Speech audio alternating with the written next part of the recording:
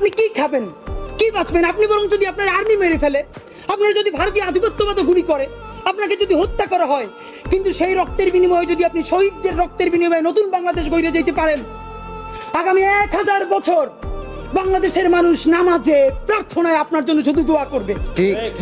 বুড়ো মানুষটা থেকে শুরু করে শিশু আপনার বক্তৃতা শুনে মাননীয় উপদেষ্টা কতক্ষণ জানেন? যতক্ষণ আপনি জুলাইয়ের জবানে কথা বলেন। বাংলাদেশে গত 50 বছরে কোন রাষ্ট্রপ্রধানের 30 মিনিট 40 মিনিটের বক্তৃতা, রিক্সা চালক, ভ্যান চালক, সবজি বিক্রেতা, বিশ্ববিদ্যালয়ের প্রফেসর, ছাত্র জনতা আধা ঘন্টা বসে তার বক্তৃতা শুনে নজির নাই, যেটা আপনারটা হইছে। ঠিক। এটা কিন্তু আপনার চেহারা দেখে না। আপনি রাজনৈতিক দল করছিলেন, ফেরও করছেন, কিন্তু এইবার যে আপনার এই বাংলাদেশের পক্ষে হৃদয় নিংড়ে ভালোবাসা, আপনি যখন বক্তৃতা করেন আপনি আর্টিফিশিয়াল কিছু বলেন না, কিন্তু আপনি যখন ঘোষণাপত্র বললেন আপনার চেহারায় আর্টিফিশিয়াল ছাপ।